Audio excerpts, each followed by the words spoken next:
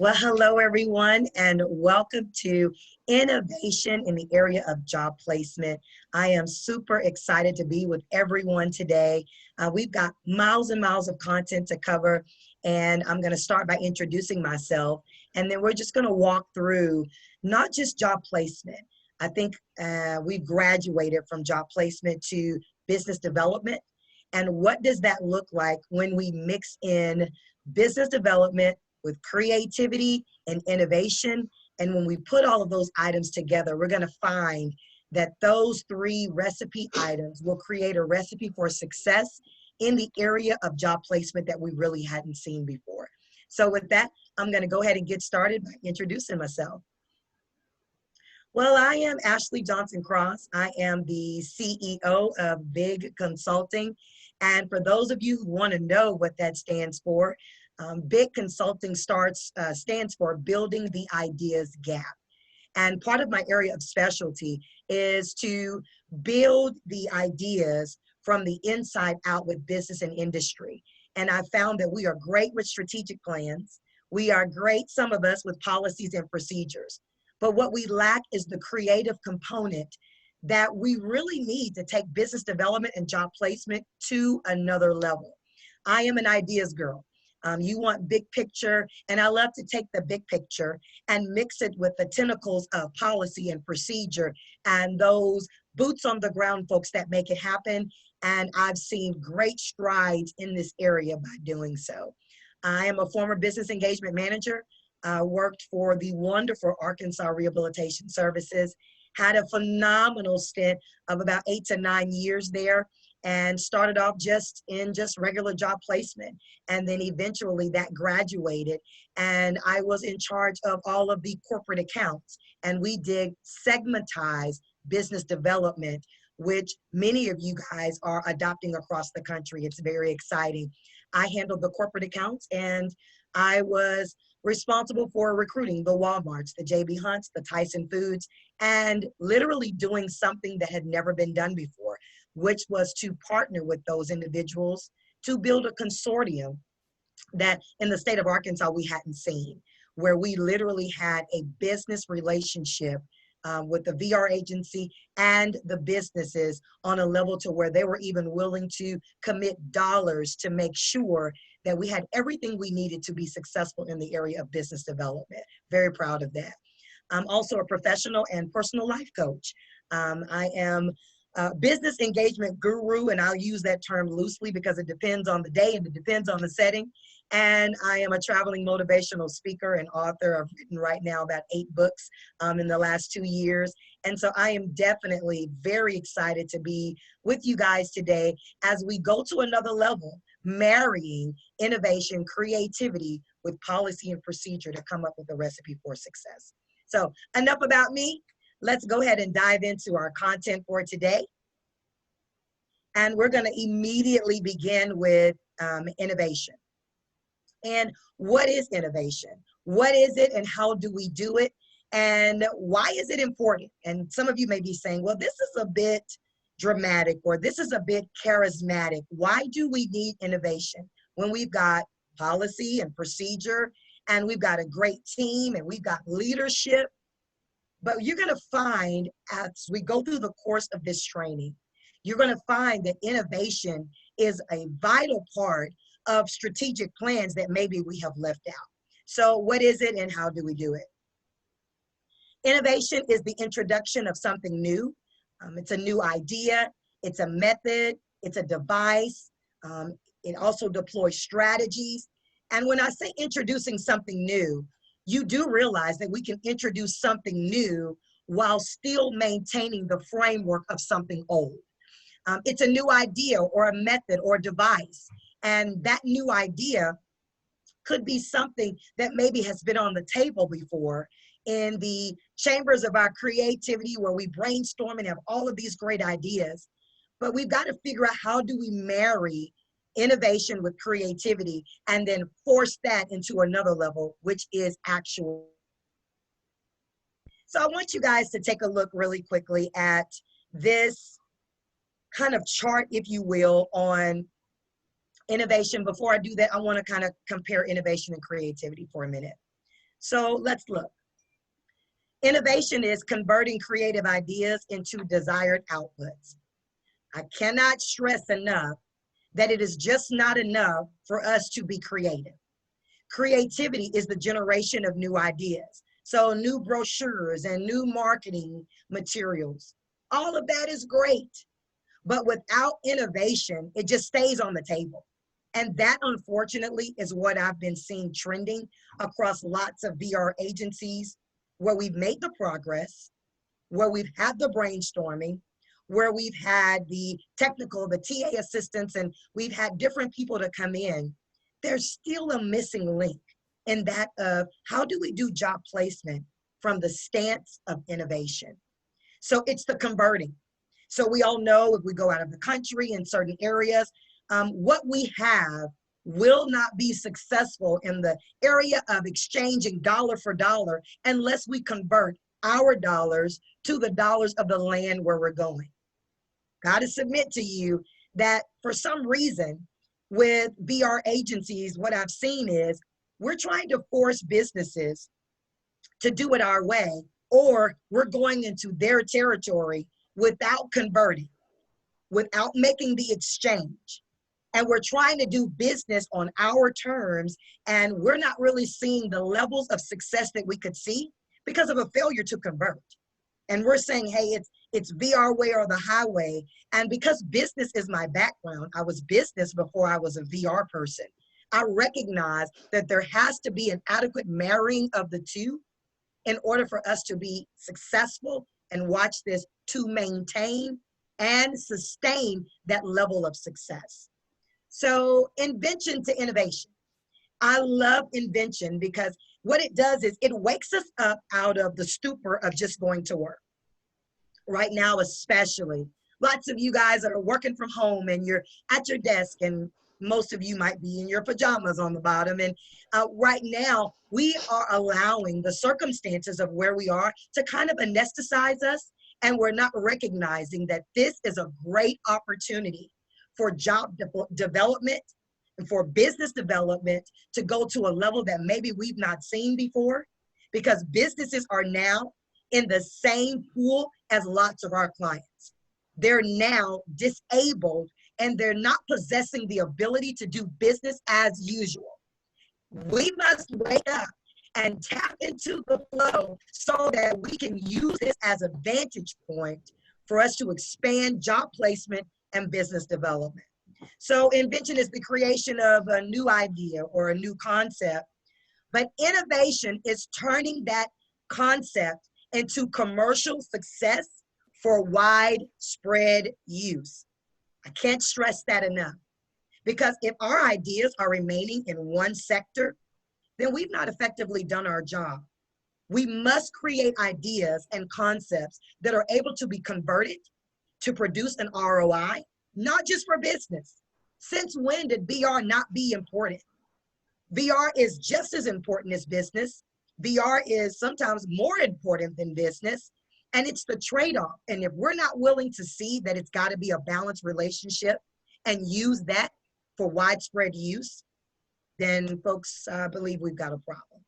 I'm here to help you with that. So let's dive in. I'm going to go back for a minute to this value, if you will, chart. And in order for us to really win in the area of value, we've got to see that the way this is laid out is so important. We began with innovation. So we know we've got to do some things different. And some of you will say, well, you know, why do we have to do things different? Well, I don't think any of us predicted COVID-19. I really don't think we saw the magnitude of how this would affect how we do business. Even now, doing this webinar, a lot of the webinars were actually ones that were planned for face-to-face contact. We don't know when we're going to return back to life as normal. Also, we don't know when businesses are going to go back to business as usual. So it is our job to make sure that we use innovation, but use this flow chart, if you will, to help us to kind of go to the next level, deploying innovation, value, as well as strategy. So let's begin with value. Value. Value deals with your customer. In this presentation, we're going to identify who is our customer, and not just who is our customer that we know today, but who is a portion of the customer base that maybe we've left out. Two, our team. It is not enough for us to be able to say we're innovating on the top level and we come up with a great, grandiose plan that boots on the ground individuals cannot carry out. Folks, it's just not realistic and it's not sustainable. It may look good on paper, but if it doesn't look like something that we can use innovation to watch this again, make the exchange, then it's a waste of our time and of our dollars. Strategy. Strategy is very important as we come up with an idea or a plan of what and the how and the who is going to carry this vision out. And sometimes, to be honest, that's why a lot of people don't want to be innovative, because innovation is risky. Innovation says, what if this fails? Because I'm always the glass that's half full, I always say, but what if it's a success?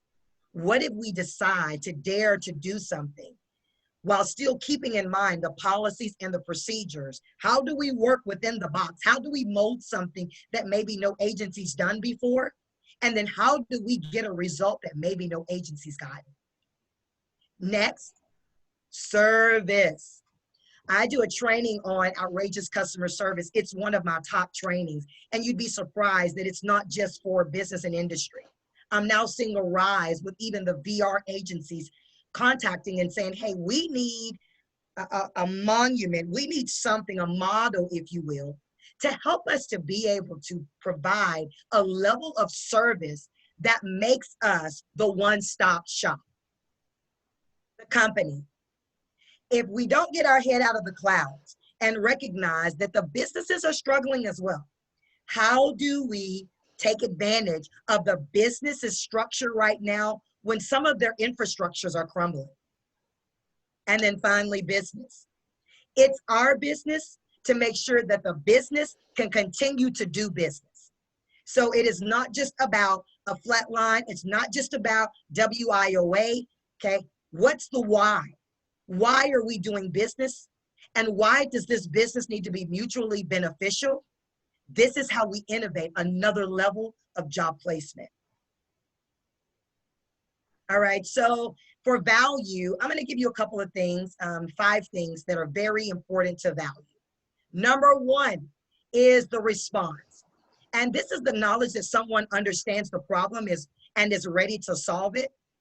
For VR, it's important for us to be able to respond, not just with the language of business, because I think that's only one portion of it.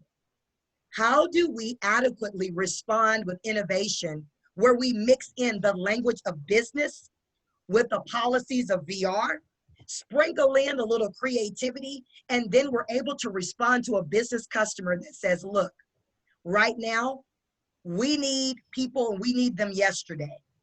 We don't necessarily have X, Y, and Z, but if we have A, B, and C, how can your agency help us to bridge the gap?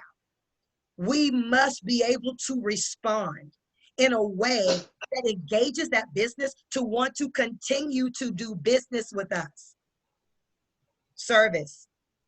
I can't stress service enough.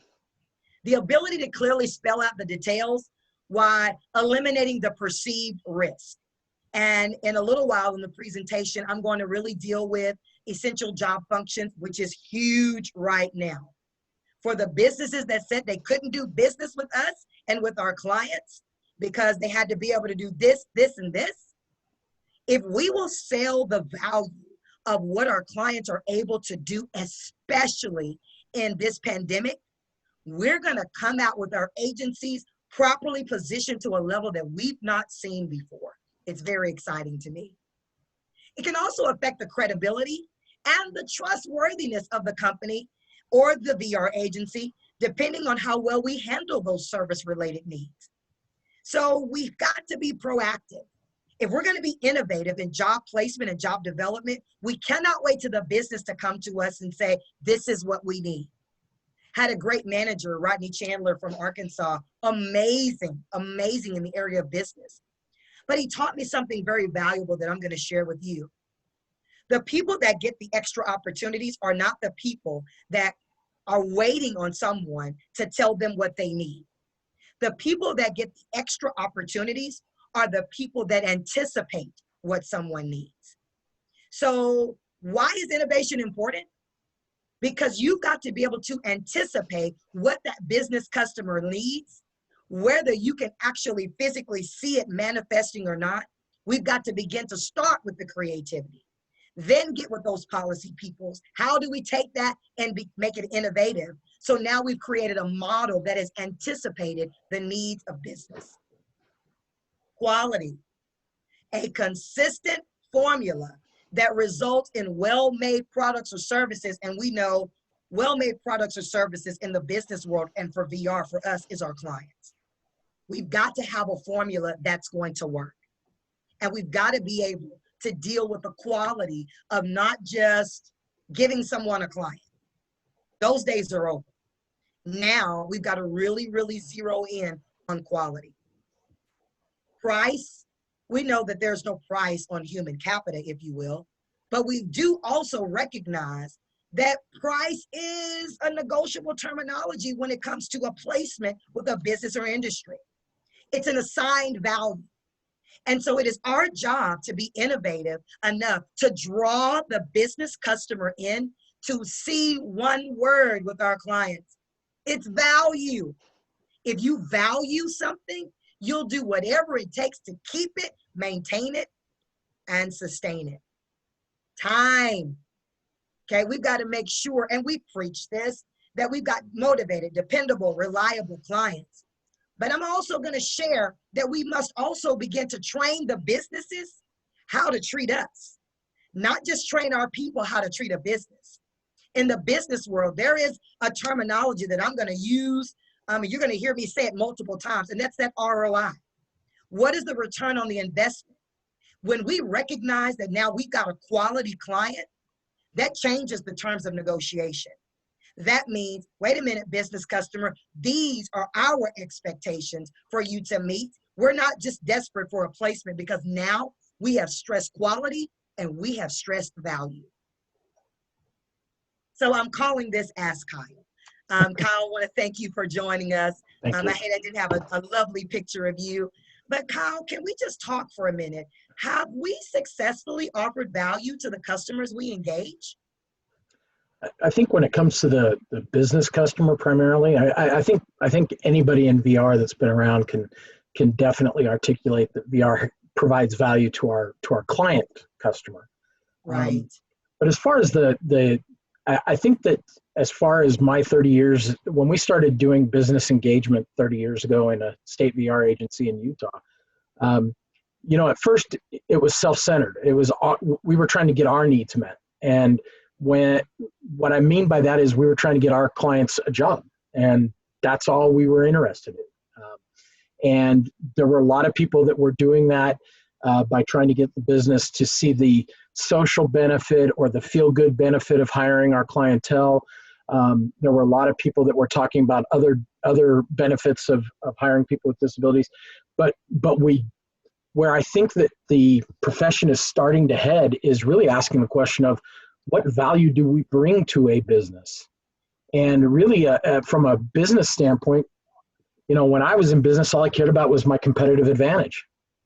And if you can, or my return on investment, like you talked about, if you can bring me something that gives me a competitive advantage, then that's a value to me. And I will listen to that every time, because if you can make me more profitable through whatever you provide to my business, that's why I'm in business. I'm not in business to employ people. I'm in business to be making money, and I employ people to do that. But a lot of times in VR we talk about employers, and I've over the years I've tried to make sure I say business, business, business, because that's why they're there. So for me, I think we're getting better as a program over the last 20 or so years, since CSA VR and some other groups have gotten involved with the net and we've learned from business. And for me, it's that competitive advantage piece, that the value we add to business is things like talent development. There are businesses out there that struggle A good example would be a business we worked with in Salt Lake City, Utah, L3 Communications, who came to VR and said, we have a hard time getting people with this level of training. The VR agency convened a group with the local technical community college and helped build a program for people with disabilities that fed into the specific business need that business had. They were spending so much money training people to a certain level that when VR said, let us help do that at a technical college, that business became more profitable because they didn't have to spend so much time getting people up to speed. They could just hire out of that program. Talent acquisition. VR is an untapped pool of qualified and highly capable talent. And if you tell me that there's a pool out there that of talented people who are dedicated to and committed to the job, that gives me an extra advantage in competition. Talent advancement is another area that if VR tells me that they can help me grow and develop the talent I currently have to be ready to take on challenges of the future and leadership in the future, then to me that's a competitive advantage. And then I'd say that the last thing is the thing that sometimes we don't think really about, which is diversity. And we all know that a competitive advantage in business is having a diverse workforce, because your diverse workforce will bring different ideas and different innovation and will help you hone your product to all different groups so that you can expand your customer base and you can become more profitable. So for me, VR can offer value to our business customers through growing their talent pool, creating diverse and very diverse accepting employee cultures, and then finally making them more profitable because they can access a lot more customers that are out there, including people with disabilities who have disposable income. Oh man, I'm going to start calling you the business engagement guru because that answer was so good and it fed something in my soul because you spoke from a business perspective. And you spoke with such eloquence about talent development, talent acquisition, advancement, and a word that I really believe is key, and I have a training for this, which is the competitive advantage.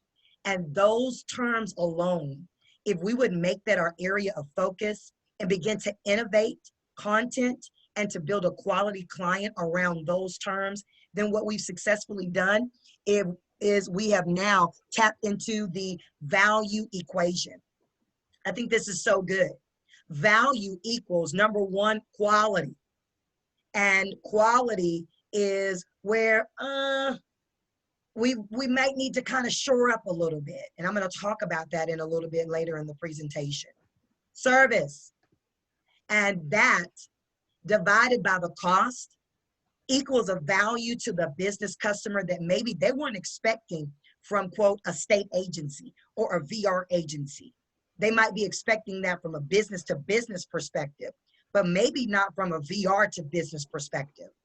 If we would adopt this value equation, then what we've now done is we've opened the door to a new line of conversation, which includes, but is not limited to, competitive advantage. So Kyle, that was phenomenal. I'm going to challenge every VR agency on this webinar to do something that maybe you've not done before. Lots of businesses that I work with, they have something besides a mission. They have something besides agency goals. They now have a value statement. And I truly believe that if we haven't done this, this is something that we need to do. We need to adopt a statement, something that says, hey, this is an example, but this is the energy behind why we do what we do. Excellence, excitement. These are just some ideas or some templates that you can throw around. But your agency doesn't just need a strategic plan. They need a value statement. Because if I could give a snapshot to a business customer and they say, okay, well, what's your value statement? I don't want to be a person that is robotically rehearsing. Our job is to provide, high quality employment for individuals with disabilities. Okay, but does that tell me what you value? No. And most businesses, have a value statement that includes mission, vision, the energy, or what is the core of your agency. I highly recommend, if we're going to be innovative, we need to lead in with the value. Why should I do business with you? Any person that's negotiating a contract or looking for that competitive advantage, they want to know the why. You know, we'll figure out the how and all of that later. If you sell me on the value, you've got me. You've got me in the room for us to now put the tentacles to this thing, put the wheels on the bus, and for us to actually make progress. But if you don't sell value, friend, you're going to struggle in the area of job placement and job development based on where it's headed now. Because there's going to be a new face of job placement after the coronavirus is over, COVID-19. We're going to see things become a new normal. We want to be on the defining side of what does that new normal look like. The one-stop shop. I can't stress this enough. We've got to be able to tell businesses we have what you need. And it's just that simple. Why is Walmart and Target and other places, why are they so successful? It's because, excuse me, they're able to say, we have what you need. And it's just that simple. I'm gonna get some water. Okay, so with Walmart, why is it that Target and other places started selling groceries, started selling other items? Now everybody's doing pickup. Why? It's because every business wants to be able to say this one line, we have what you need. I call it the Macy's model. And for those of us who have a little bit of age on us, for Miracle on 34th Street that came out in the prehistoric years, I'm dating myself a little bit, but there was the Macy's model, which they thought was a terrible marketing strategy. And that was that if our store doesn't have it, then we're going to send you to another store. We're going to send you somewhere else because we're letting you know that if we don't have what you need, we can send you to someone that may have what you need. And in turn, you're going to now see us as the one-stop shop. So when I say we have what you need, we may not necessarily have it all. But if we have the connections and the strategic alliances in place, we're now able to say VR is the one-stop shop. You need an accommodation? No worries, we have it. You need extra sensitivity trainings? No worries, we have it. And if we will begin to build with that in mind, that gives us the competitive advantage and the value that we need that business is looking for. Supply and demand. I could stay on this all webinar, but I'm not. This is so important. I remember when I was working for rehab, we had a great opportunity to come before us. It was a college here, major college in Arkansas, and they wanted to partner with individuals with disabilities, and they literally were going to provide everything. There was no funding that was even required. They were going to partner with, they wanted 4 or 5 manufacturing companies to come together. The school was going to provide the space, the technical space, and the classroom space for instructors to be able to come in, teach our clients, and there was no guarantee of employment, but there was a certain assumption of employment that if our client completed this set amount of weeks, that the businesses wanted to give us preferential hiring. I was so proud of that opportunity. Unfortunately, it never came to fruition. Why? Because we were able to secure the businesses, we were able to secure the college, but we were not able to secure the clients. I feel like a dun, dun, dun, dun needs to happen right there, because if we keep going out and recruiting businesses and we've got all of these great standards, but we lack the same standards for the clients that we're supposed to deliver to those businesses, folks, we have failed. It doesn't matter if you've got 30 businesses lined up. So what? If you've only got 3 clients, what does that mean exactly? We've got to be innovative in how we look to recruit clients so that when we do get the business opportunity, no business wants to stay on hold. Imagine you calling someone and you're looking to get business done. One thing that we all hate is to be left on hold. What I'm finding is we're mining the businesses, we're building the relationships, but we haven't adequately done a good enough job really mining the talent of the client pool so the supply and demand actually match. Let's talk about recruitment for a minute. Discovering the source from where potential employees can be selected. We must be out of the box in how we recruit new clients. And if that means Twitter, if that means Instagram, if that means Facebook, if that means some creative means, well, our policy doesn't say we can do it, folks. From a business perspective, a business has no time to go to your specially made, beautiful website that is buried somewhere in the abyss of VR, and they have to click 7, 10, 12 times to find your business engagement section. I say that with passion and conviction because I've had business customers say, no one has the time to search in the wild abyss of VR to be able to find out how can we connect and get some talent. No one has the time for that. We must be innovative in how we recruit. We've got to look for the individuals that will be the supply for the demand of business, or else, folks, we've just got a page full of memorandums of understanding, but we don't have any clients to meet that demand. Speaking of demand industries. We've got to start to research demand industries based on the business demographic. This is so important. Not based on what we as an agency has set as a goal that is unrealistic. I did say that out loud. Because I know somebody's cringing like, wait a minute, but that's not in our plan. It doesn't matter if it's not in your plan. The question is your plan conducive to the business's plan? We've got to research those demand industries, the top 10 industries. I dare you to begin to research what are the top 10 industries in your area? What are their needs? Play Snoop Dogg detective. Go on their website, look at their value statement, and you cater the client that you're looking for to the top 10 industries that are in the field right now. Labor market information is only as good as your ability to supply. That goes right back to supply and demand. Doesn't matter if you've got all the labor market information in the world.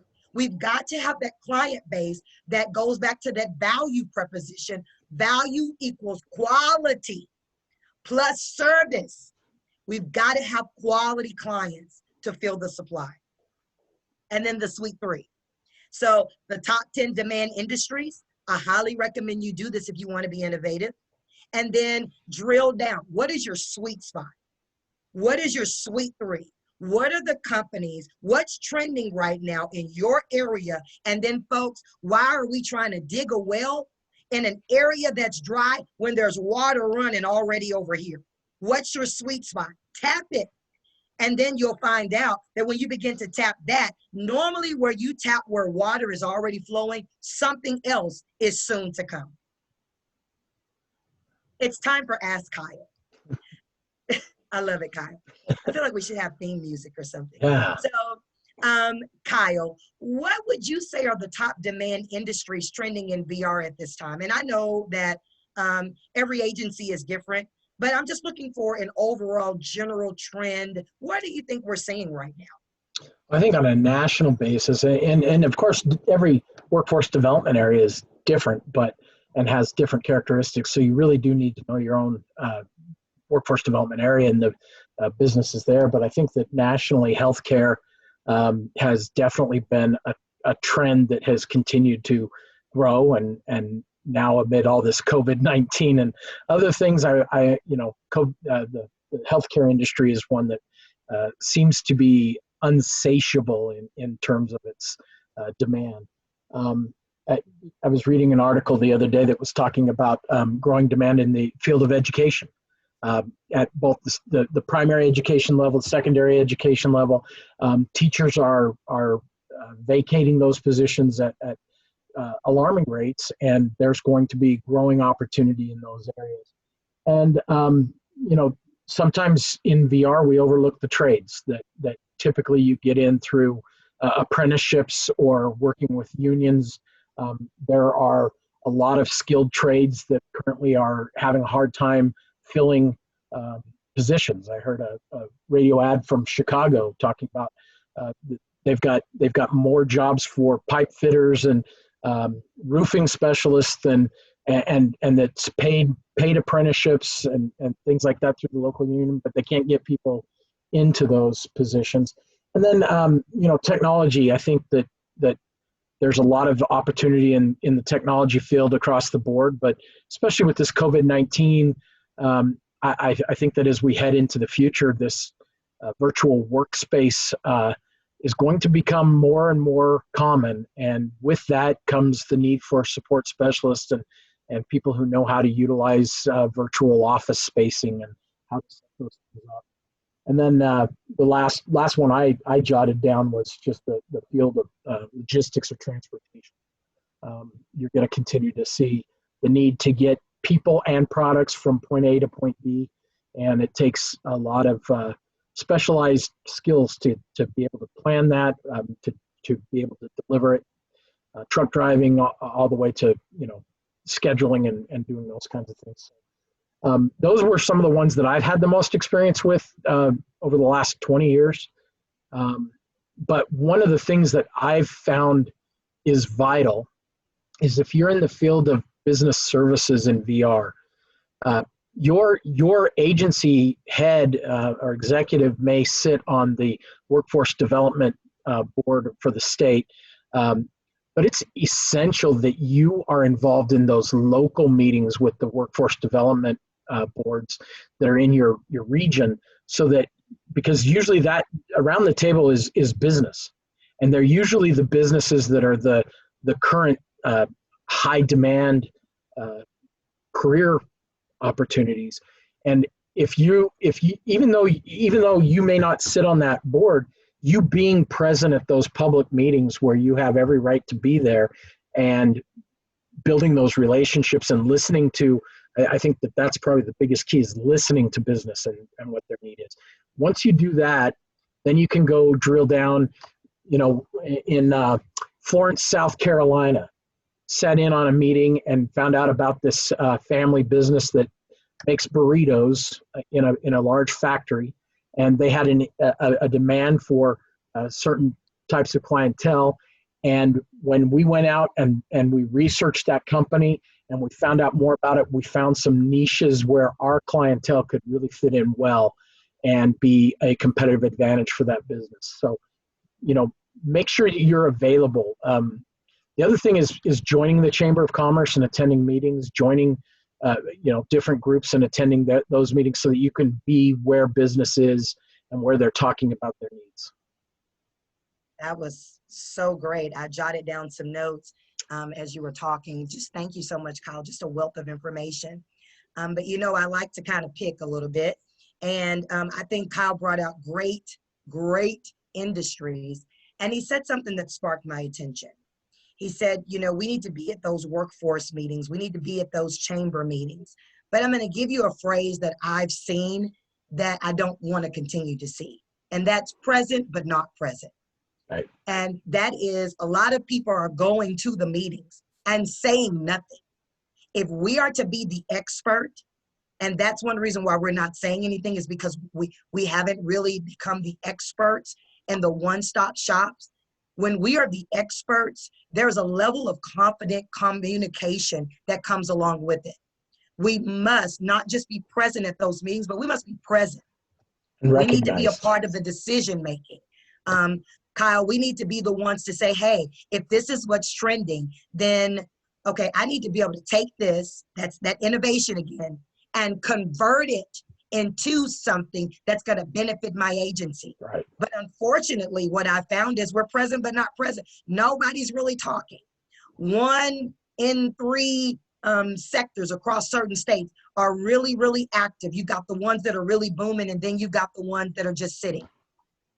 And so in order for us to really take advantage of these meetings, in order for us to really put a demand and increase the supply, we've got to come out of that box of present but not present.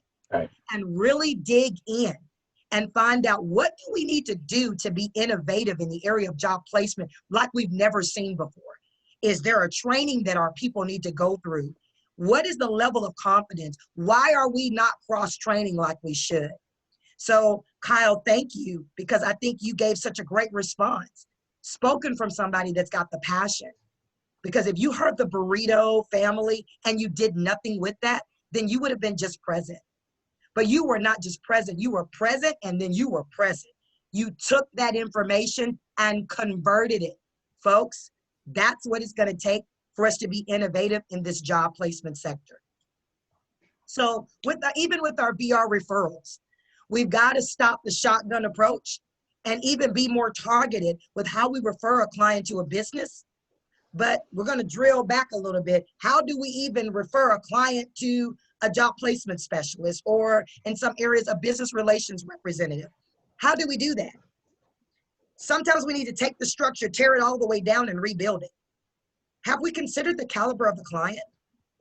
You're saying, man, this is too much work. Folks, if we build something that is sustainable and we take the time to build it, it will take placement and business development to another level. Business referrals. This is a shocker, but one way that we were successful in Arkansas was business engagement became an agency goal and not just a section goal. Critical. Number two, referrals being tied to performance evaluation. That's kind of scary. But if we're talking about going and taking that value equation, value equals quality plus service, then we factor in the cost. Then it changes how we begin to refer our clients. Number three, business to business referrals. So I get excited when I talk about this. What is a business to business referral? One of the number one ways I was able to get a lot of the corporate accounts when I was entrenched in VR was this methodology. It's called a warm call. If I distribute enough value, quality, and service to my business client, guess what I would do? I would ask them, hey, if you're satisfied with the service and we built a great enough relationship, then give me a warm call. Give me an email introducing me to the people that are in your circle. And then guess what they did? Then I would meet those people and then they would send a warm call to the people in their circle. And then before you know it, you've got a domino effect of a business to business referral. Watch this, where you don't have to work as hard. We're going to work smart. We've got to deploy innovative strategies. In COVID-19, this pandemic environment, we must recognize now is the time for us to build the relationships that are going to give us the domino. Why are we working so hard? Is because we have not tapped into the warm calls of business and established enough relationship where we can begin to create a funnel of referrals, quality referrals that are going to give us the outcome. Finally, recognition for quality referrals and requisitions. This is business language, but this is what we need to be experts at. We need to recognize business, even if it's quarterly, okay? I call it Be the Best. That's one of my business engagement initiatives that I've drafted. And you got to look at BEST as an acronym and kind of figure out, okay, who's good at this? Who's good at this? And we want to do a Be the Best. And every quarter, we're going to recognize the best in multiple areas. We're going to recognize the best counselor, the best business engagement representative, the best business that's on a small scale, best business medium, and best business corporate. Are the light bulbs going off? And we deploy a Be the Best quarterly strategy where we recognize business and industry, and not just our external customer, but our internal customers. And we're not waiting for a one-time-of-year thing. Why? Because we need the established relationships for business-to-business referrals to continue. It's not just about October, folks. We got to get that out of our mind. It's about creating a funnel of relationships. That brings us back to that value funnel where we have innovation, then it goes to value, then it goes to strategy. Strategy is a plan of action. It's a policy designed to achieve a major overall aim. But have our strategic plans failed us? So I'm going to ask Kyle. Kyle, have we successfully included innovation as a necessary component of our strategic plans? What do you think? I've been involved in several state VR agencies that have innovation included in their strategic plans and have so for many years. And they continue to get the same results with the same strategies. And what I've found is that it's not enough to put it in your strategic plan. You first have to look at your agency's culture and ask yourself, have you prepared? I live in Wisconsin now. I was driving by a farm, and a farmer was doing something weird in his field. So I stopped to ask him what he was doing. He told me he was converting his field from growing corn, which he previously grew, to growing sunflowers for sunflower seeds. And he told me he had to prepare the soil to change that crop. And sometimes in VR, with all the best intentions in the world, we don't prepare the soil before we say, well, we're going to innovate and we're going to move this way. And we sometimes we take for granted the organizational culture that basically is established to keep the status quo going. The agency culture has evolved and designed to make sure that we stay in our box. And if you're asking somebody to think outside of that box or to try new and innovative ideas, you really do have to prepare that culture to be able to accept those new ideas, to take risks, to realize that not everything is going to pan out perfectly. And the reason your culture is so important is you have to establish a learning culture in order to be an innovative culture. And by learning culture, I mean you have to just establish a culture that says we're going to try new things and we're going to learn from that, and we're going to get better and better as we learn. The fact of the matter is a lot of VR agencies have it in their strategic plan, but the culture is not built to do it that way. So you have to back up first and take the culture on and say, how can we build an innovative learning culture that's focused on learning how to do things differently and building those supports. The other thing I'd say is it can't be done top down. I've ran 2 VR programs in 2 different states, and I have learned that the most innovative and most effective innovative ideas come from those doing the work in the field. And so really what leadership in VR agencies need to do is before they put anything in their strategic plan, go talk to your people and learn what they are seeing every day and find out what they need in order to create innovative and creative solutions. That was phenomenal, Kyle. You're 3 for 3 right now. Because I think it's so important. Just to recap, I think the preparing of the soil is so vital that if we don't, it's almost like, how do you turn a ship? It's something small that turns a ship. It's something small, but how do you turn a major ship? And before you know it, if you're on a cruise ship or you're on a major yacht, before you know it, you've turned in a different direction, but sometimes it was a little bit at a time. Sometimes it's the gradual innovations that come as we prepare the soil. Sometimes it's us being willing to say that, hey, this is not working, or this has been in our plan for the last 5 to 7 years. What are we going to do with it? And digging up, sometimes you got to dig up the soil. You got to break up the fallow ground before you can plant something new. And I think sometimes we just scatter a bunch of seeds. Hey, this is a new brochure. Hey, this is a new product. Hey, this is something new. And we just shove it in an email, and we expect it to come from the top down, and everybody just kind of grab hands and have a bonfire, and everything's going to be okay, but it's not okay.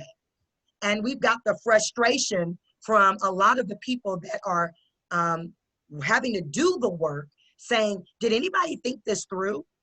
Did anybody realize what it was going to take for us to actually be able to get this done? So I think marrying innovation, and we're going to talk in a minute about the importance of the team to be able to do that, is vital. So thank you so much, Kyle. So with our strategic plan, I like this simple slide, but inputs, then there's the process, and then there's the outputs. And so it is our job as we innovate, we cannot bypass policy. We cannot bypass process. We just might need to rethink how that would look. And that's the same for our business customers, where they said they had to have somebody who could lift 50 pounds. But now, COVID-19, you've reassessed what that looks like.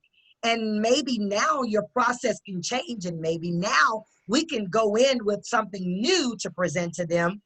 New input, adjusted process could possibly bring us an innovative output. But we've got to be willing to include that into our strategic plan, and then to challenge the business customer. Have you considered that the job that you said our clients could not do before this pandemic, now many of your employees are doing exactly what you said our clients could not do? Let us help you rethink the process. Let us help you rethink your strategy. We've got to be proactive. Can't stress this enough.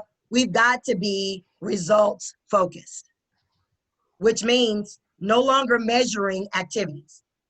Because I don't care if you've gone to 50 meetings in 1 week, if you've not placed a client, if you've not gotten a business relationship, if you've not assessed innovation and creativity, if you've not generated something. I heard a millionaire say this, and I thought it was profound. He said, lack really is the product or the absence of self-production. For me, if you translate that to an agency, lack in any agency regarding the area of job placement is the absence of production.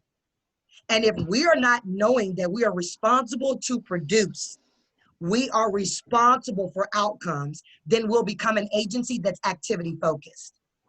Follow up and follow through. Nothing really needs to be said about that, because that goes to the value equation of quality. And then 20 for 20 is another innovative strategy for me to throw out to you guys that will help you get results. And that is taking 20 clients that are in status 20, kind of taking your 20 demand industries or 20 areas, and following those specific 20 clients that are in a job ready status and watching them go through the process, and then charting, that goes back to what Kyle said, learning from that curve. And maybe we can just build something that can be duplicated with every business relations representative. 20 for 20. Then after we do that 20, we recycle, and then we do the process all over again with another 20. And we capitalize on the caliber of our client and also on the demand of the business. It's a happy marriage, folks. I've helped several agencies do this, and it has been successful and phenomenal. You can do this as long as you remember we must focus on the results. I thought I would put this slide in because as we talk about innovation and value and strategy, we cannot strategize without a team. But this is what our teams are looking like now. They're masked, they're at home, they're trying to figure out where in the world is the next plan, because this, I guarantee you, was in no one's strategic plan. No one could plan for where we are right now. This is what our teams are having to live like. So we've got to go back to the drawing board. We can't just keep putting our heads in the sand and saying, soon as we get back to normal, folks, we don't know what that's going to look like, if it's ever going to look the same way again. So we've got to consider the people that have to carry out the innovation that is required. That brings me to catering to our core customers. Introducing the customer trio. This is something I introduced in New Orleans, and it went over so well. But let me give you the backstory on this really quickly. I was trained, and at the time that I got hired years and years ago with Arkansas VR, there was no one really to train me.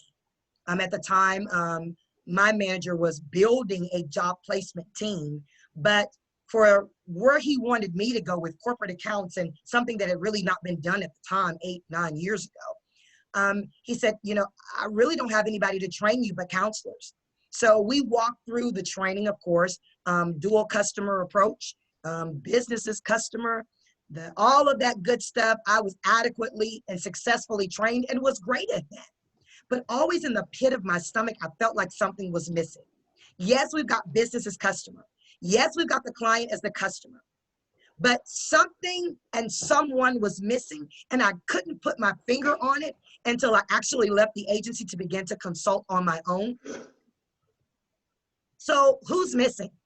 if business is our customer and the client is our customer, there is a population that is the glue that we owe an apology, and that's the counselor. When I got this epiphany sitting at my desk one day, I said, yeah, the dual customer approach, I think Kathy West Evans is a genius. I love her because she has taught us to see business from a different perspective. But sitting in my office, I kept saying, there's something missing. And that nagging feeling was that the glue to make all of this come together is the counselor, which is a population business development that in some of our sectors we have forgotten about. They are the glue. How do we adequately cater to them? So this brings me to another Ask Kyle, and Kyle, you've been on it. Kyle, why is it taking us so long to identify the missing link in business engagement in that of the counselor? Well, I think that both sides have some guilt in this. I think on one aspect, I've seen in VR agencies that VR counselors are extremely overly taxed with their job duties, to the point that when it comes to the end of the, I shouldn't call it the end because it really isn't, but when it comes to that point where job placement is the next step, a lot of times counselors that I've worked with feel like it's a handoff.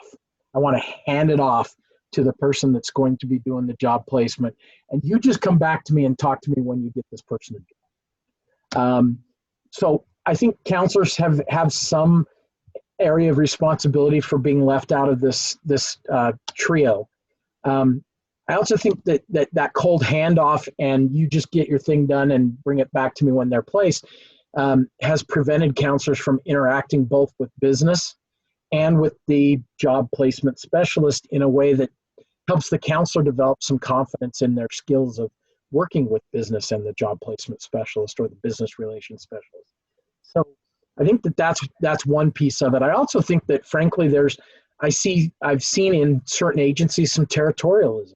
I've seen that job development folks or business relations folks tend to want to keep their contacts close to the vest kind of thing. And so you just refer somebody to me and I'll take care of it. I don't want you talking to the employer independent of me, because then sometimes it's a case of somebody feels like they have honed a relationship and tried to build a relationship, and they don't want somebody else to come in and mess that relationship up.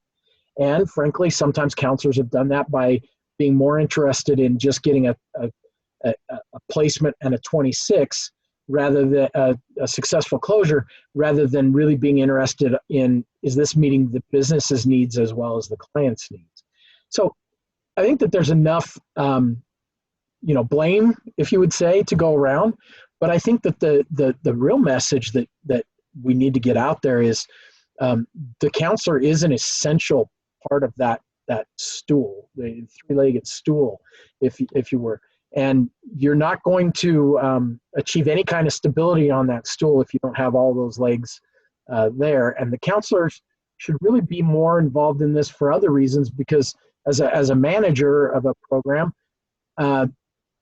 if a counselor is more and more engaged with the business relations specialist in doing this kind of work, I've seen a shift at the front end of the program where counselors start to begin with the end in mind right from the start, and they start providing clientele and consumers with better counseling towards what's actually out in the marketplace, because they know what's out in the marketplace. They know what the employers are looking for. So I think it makes people better counselors, and it actually increases the number of successful outcomes because they understand the market better than a counselor who's not involved in any way with business relations. I totally agree, Kyle. And you're right. There's been some territorialism, and part of it is for the lack of a better word, the animosity sometimes that comes from the training that some business engagement individuals get, as to opposed to the overwhelm that sometimes the counselors get, and the lack of importance of the counselor being involved on the front end. I think that's so important. But with this customer trio, we see business as customer, but we also see the counselor as a customer, because folks, the counselor is the field for the referrals in a lot of agencies that you receive. That's just sometimes the way that it works. Building that relationship with the counselor, including the counselors in on some of the business engagement training, so that now business engagement is not just a section goal, it's now the order of the day, because under WIOA, it is the order of the day. And a lot of agencies are still struggling because we still got that mindset that it's just gonna take two to tango. And I love the analogy of the stool, because in order for us to be able to, we're dancing over here, but at some point we're gonna need to rest on something. We need to be able to have the glue. We need the third leg. We need to be able to pass the baton off to one another to be successful. And then there's the client. But imagine a counselor consistently hearing that it's just about the business relations rep and it's just about the client. To me, that is an unfair dialogue that maybe through unintentionality, we have dispersed that communication across a lot of agencies. And it's kind of caused some heartburn with some of the counselors. And then when we need the quality referrals, it's just the handoff, like Kyle said, because we've not built that relationship from the top. So how do we cater to the counselor? Business engagement training, cross training. It goes back to when I was sharing with you guys who trained me. At the time, I had two phenomenal counselors to train me. They were phenomenal. And now they are, I think they were district managers, and now they've even gone now to an administrative capacity. But I'm so grateful, because the training that I got with business and industry came from the eyes of a counselor. Best thing that I could have gotten, because I was able to kind of be cross-trained.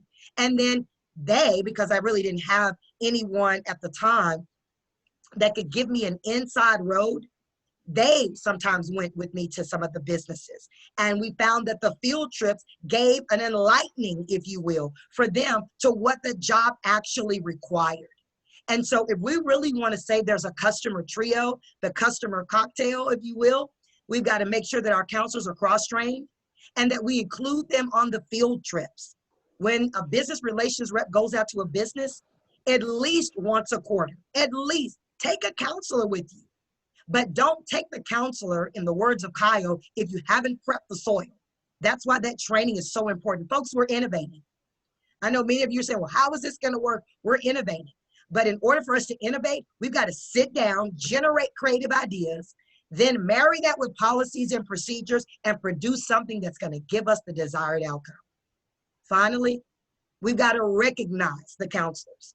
And when I say recognition, that means, and that be the best, that quarterly recognition, give some sort of incentive for the counselor and the business engagement rep that tag team the best, that got that outcome, that got the desired results, that took over the WIOA meeting, and now they are leading the charge, and they're not just present, but they're present. Catering to the business, by now we should be speaking the language of business. And I'll give you an example very quickly. One of my major accounts was TJ Maxx. A lot of my meetings where I was doing sensitivity training and finding out what their needs were before the store opened. And that was the only time, because they were retail. And I was in a stock room sitting on a box of clothes and ink tags that were about to go out in a dirty environment, training their mid-level management, training their staffs. Guess what? Because I was willing to speak their language, they were willing to learn mine. We've got to rethink how we're doing this, folks. And now they became one of the major accounts, corporate accounts, that was nationally recognized. But it started in a stock room, folks. It started in a back room. It started with building a relationship, and it started with catering to business.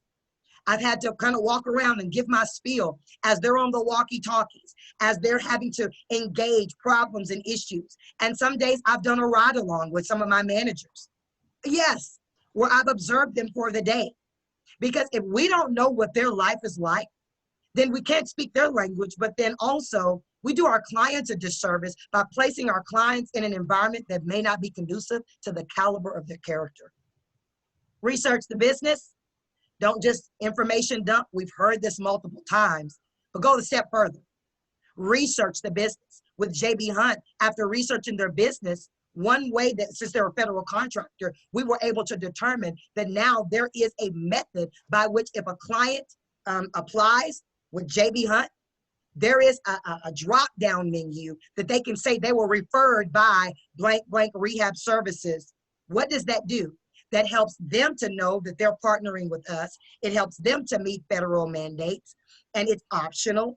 So what I'm saying is no one could have thought that without innovation, without us sitting down at the table and deciding how can we do things different while still remaining in policy. Provide supply for the demand of business, and again, recognizing the businesses for their partnership. This is critical. Finally, we got to cater to the client. And for a lot of our agencies, we've done good, we've done great, but I want you to rethink what that catering looks like. New client orientation. Some of you guys are doing this, but for some of you that are not, what does that look like? And for COVID-19, why not film a virtual new client orientation with the expectations of what is going to be required for that client? If we don't set a standard for them in the office, it will be hard for them to meet the standard in a business. Number two, labor market information. Why in the world would I send you to cosmetology school if you told me you wanted to stay in this demographic, if you told me you wanted to stay in this area and it's oversaturated with cosmetology, and you've told me that you've got other desires of things that you would like to accomplish that may be more in demand at this time? I'm doing you a disservice. No, we cannot force our initiative on a client, but we got to be able to marry somewhere in between. We got to be able to find out and dig beneath the surface and find out what is at the core of our clients and how do we accelerate areas of untapped potential. Number three, on-the-job training and work experience. And in times before COVID-19, I would give you guys a huge spiel on what this could look like. But now, what are we doing with on-the-job training and work experience? I'm glad you asked. I want to give you a few suggestions in closing on how we can cope with COVID. And I really want you to take note of these things because from this day forward, it's going to be critical. If we're going to be innovative, we need to start thinking virtual career fairs. What does that look like? Virtual client orientation. Have we thought about virtual resumes for our clients where they are dressed up? We give them a checklist of things that they need to cover and they make their resume come to life. We've got to think outside of the box, inside of the policy. Recommendation to businesses for virtual tours.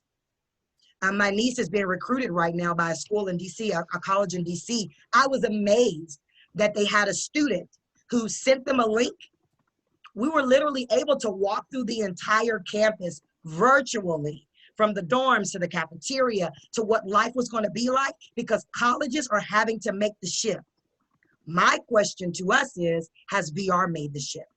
And are we going to wait on a business, or are we going to anticipate the needs of a business and assist them and say, hey, have you considered virtual business tours, a tour of the factory, or a tour of what you do, or allowing some of your workers to come on and virtually tell a client, this is the expectation of this position.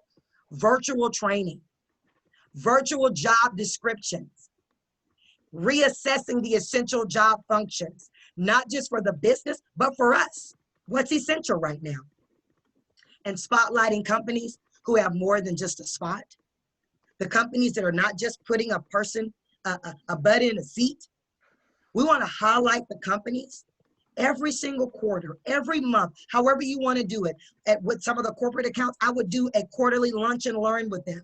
And we would create a topic where they were struggling. It might have been technology, and then it might have been accommodations, and then it might have been they needed some deaf, hard of hearing training. Whatever that looks like, don't wait on the business.